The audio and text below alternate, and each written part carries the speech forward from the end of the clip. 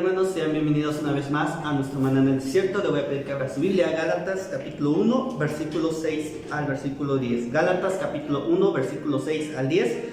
Si tiene su Biblia, hermano, le voy a pedir que lo busque, tome momentos para buscar su Biblia y pueda leerlo, pueda tratar de comprender lo que estos versículos nos quiere enseñar. Gálatas capítulo 1, versículo 6 al 10. Yo lo voy a leer y dice: estoy maravillado de que tan pronto os hayáis alejado del que os llamó por la gracia de Cristo para seguir un evangelio diferente. No que haya otro, sino que algunos que os perturban y quieren pervertir el evangelio de Cristo.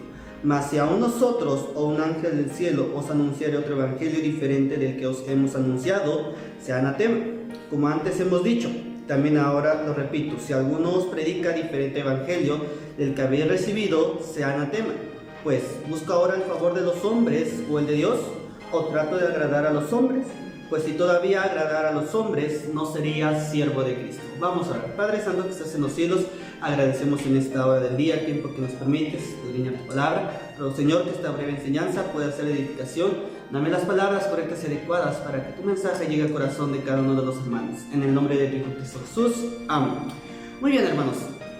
A lo largo de estas semanas vamos a estudiar un nuevo tema: las responsabilidades o los deberes que tenemos como miembros de una iglesia.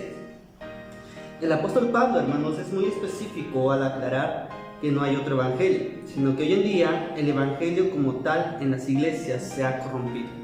Hoy en día, hermanos, nos enfrentamos a un problema muy grave, muy terrible en nuestras iglesias, y es que el evangelio, la sana doctrina, se está deteriorando. Hay muchas iglesias, hermanos, que lamentablemente hoy han perdido sus convicciones, han perdido su sentido del deber, debido a que no hay crecimiento espiritual en ellos, debido a que toman en poco las enseñanzas que se les da, toman en poco su deber y su responsabilidad como miembros de una iglesia. Y como cristianos y como miembros de una iglesia, si usted es miembro de una iglesia, debe de recordar, hermano, que usted tiene una responsabilidad en su iglesia.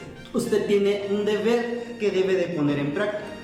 Y el día de hoy, hermanos, el apóstol Pablo nos dice a través de este versículo que hoy en día las iglesias están perdiendo su doctrina, porque los miembros que conforman esa iglesia no ponen en práctica sus deberes, no ponen en práctica lo que ellos ya saben que deben de poner en práctica.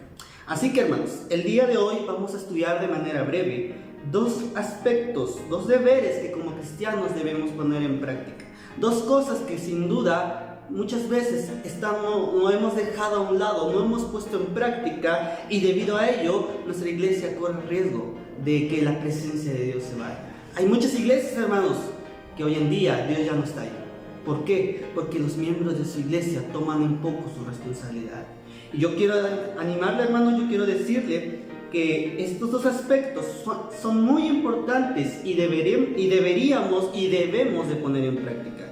El primero, hermanos, que como cristianos debemos de hacer, lo primero que usted no debe de dejar de hacer es orar para que en su iglesia se siga enseñando con fundamentos bíblicos la palabra de Dios. Leíamos en el versículo en Gálatas capítulo 1, versículo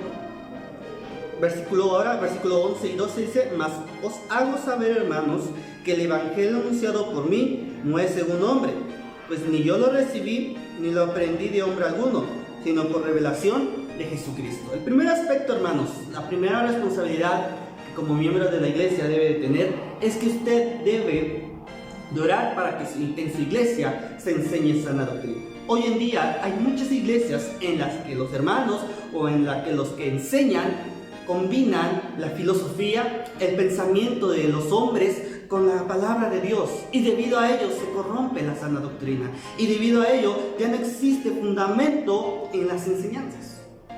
Hoy en día, hermanos, hay muchas iglesias que ya no emplean solamente la palabra de Dios, sino emplean el pensamiento de un hombre, el pensamiento de un escritor. Ya no usan versículos bíblicos, ahora usan refranes, usan palabras de hombres que tienen el objetivo de alentar, de querer motivar el corazón de los hermanos, hacerlos sentir tristes o alegres, y eso no es correcto. Como cristianos sabemos que el único libro en el que nos vamos a basar para tener fundamento, para tener convicciones de Dios, es la palabra de Dios. Si usted ha notado, si usted se ha dado cuenta que en su iglesia se empieza a emplear otras palabras de hombres, otros libros que no es la palabra de Dios, entonces usted tiene la responsabilidad de orar por su iglesia. Porque iglesias que empiezan a usar pensamientos de hombres para dar un principio bíblico, para enseñar la palabra de Dios, son iglesias que tarde o temprano la presencia de Dios se irá de ellos. Son iglesias que tarde o temprano terminarán en división.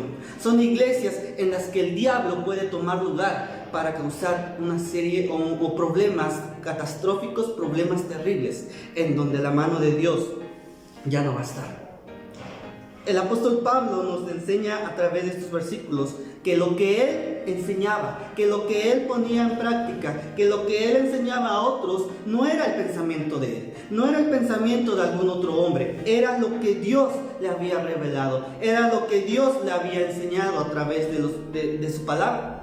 Y lo que usted debe de recordar, hermano, y debe de poner en práctica es que constantemente, día con día, ore para que en su iglesia se enseñe la sana doctrina, se enseñe únicamente con la palabra de Dios. Usted tiene ese deber, hermano. Usted debe tener en presente que día con día debo de orar por mi pastor, debo de orar por los hermanos que enseñan, para que no pierdan sus convicciones, para que no pierdan esa convicción de que solamente debemos usar la palabra de Dios para enseñar algún principio bíblico.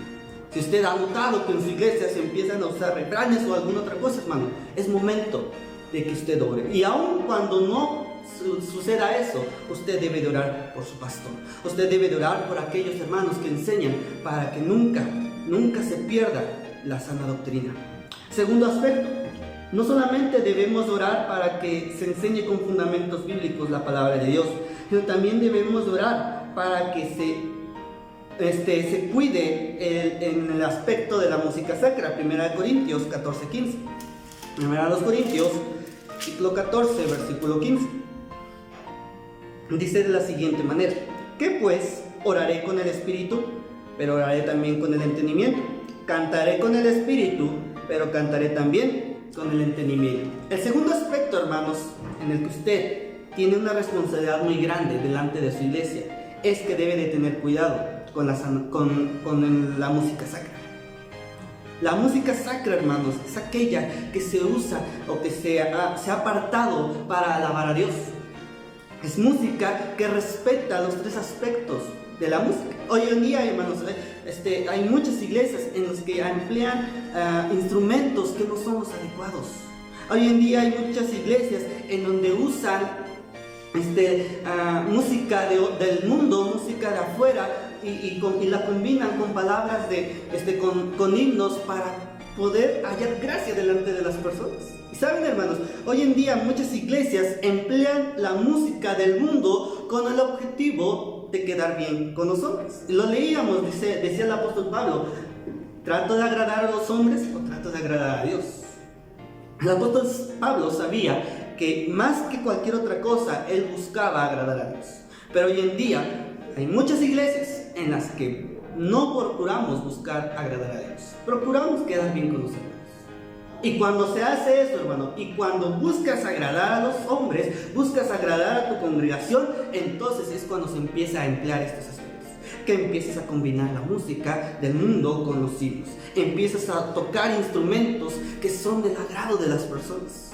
Y como cristianos sabemos que hay instrumentos que no se deben de usar en una iglesia. Tú sabes que no debes de combinar lo inmundo con lo santo. Pero cuando no hay oración de Dios, cuando los hermanos, los miembros de una iglesia no cuidan este aspecto, entonces se empieza a corromper la música sacra. Y el deber que tenemos como cristianos es cuidar que en nuestras iglesias se cuide la música sacra. Cuide mucho ese aspecto. Revise qué es lo que escuchan sus hijos. Revise qué es lo que escuchan los miembros de su iglesia. Qué música se entona, qué música se pone en práctica en su iglesia.